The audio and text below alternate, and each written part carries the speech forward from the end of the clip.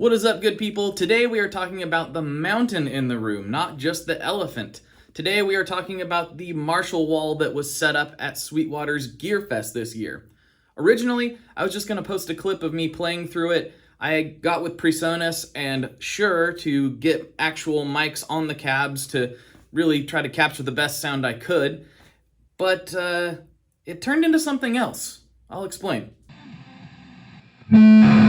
So I got home from Gear Fest and I had a short clip to post that was going to be a teaser for this video. So I put it up on Instagram and immediately every troll came out of the woodwork crying foul, saying, "That's all fake, that's probably just got two speakers in it, blah, blah, blah, blah, blah, blah, blah." Well, I'm here to tell you that it's not. Blake, is the Marshall wall real or fake?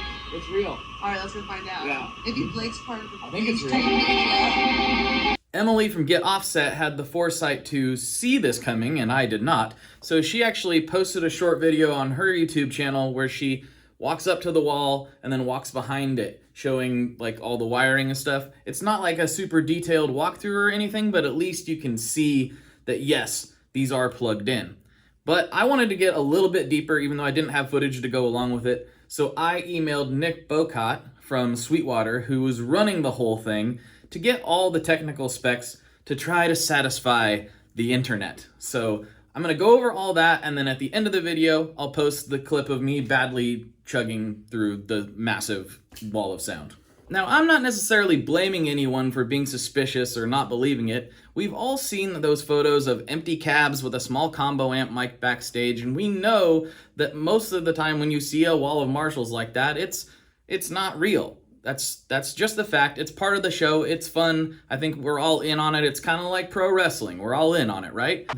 This is not the same situation. This is not a touring band who needs to be able to set up and tear down as efficiently as possible while still having a really impressive stage show. That is not the situation at all. This is one of the largest music retailers on the planet, in their own facility, with their own stage, with their own amps, setting something up for people to make content with. That's what this was. Totally different situation, and also totally doable. So let's go over how they did it.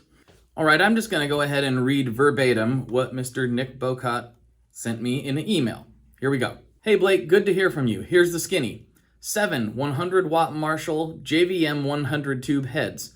21 Marshall MX412B 240-watt cabs, 14 of which, the bottom 2 rows of 7, were hooked up, 2 to each head. One of the JVM 410Hs was used as the master, and the series effects send was fed to a radial JD7 signal routing system.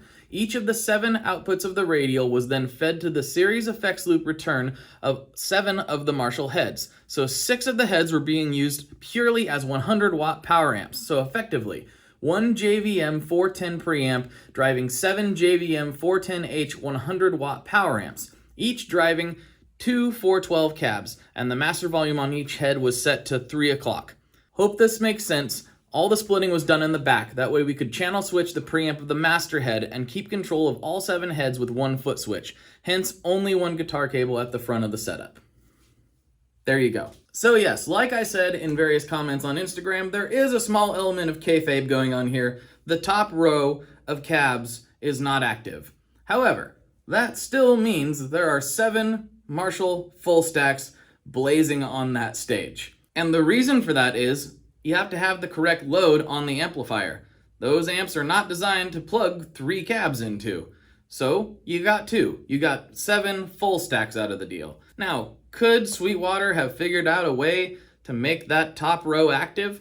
I'm sure they could have, but you're getting to a point of diminishing returns. Anyway, on to the playing clip. Let me explain what we have going on here, because it's a little bit different than I think most of the other people that went and shot stuff there. So I cut between 3 different sets of microphones on this clip, and they're all labeled so you'll know what's going on. The first is my Blackmagic Pocket Cinema K camera. That's just out front getting blasted with the wind just like your ears would be. And the second are 2 different Shure mic pairs. One is a MVX7 and a KSM8. Those two are together. The other set of mics are a classic Shure SM57 and a KSM 313. That's on another cab. All of these microphones, with the exception of the camera mic, of course, are running out to a PreSonus interface, which is going right into Paul from Shure's laptop.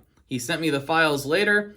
I didn't massage them at all. I level matched them a little bit, but I didn't do any EQ, compression, nothing. These are just as raw as you get. Not even on the camera mic. I didn't do anything to that other than bring the level up a little bit. So you're hearing exactly what the microphones were picking up.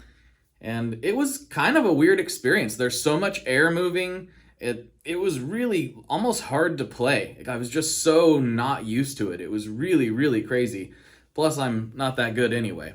I'm playing an Ibanez that I didn't catch the model of. I'm not sure what model of Ibanez this is. I have it tuned in drop C sharp, and I do some bad chugging. So let's get to it. Let's get to the bad chugging. Here we go.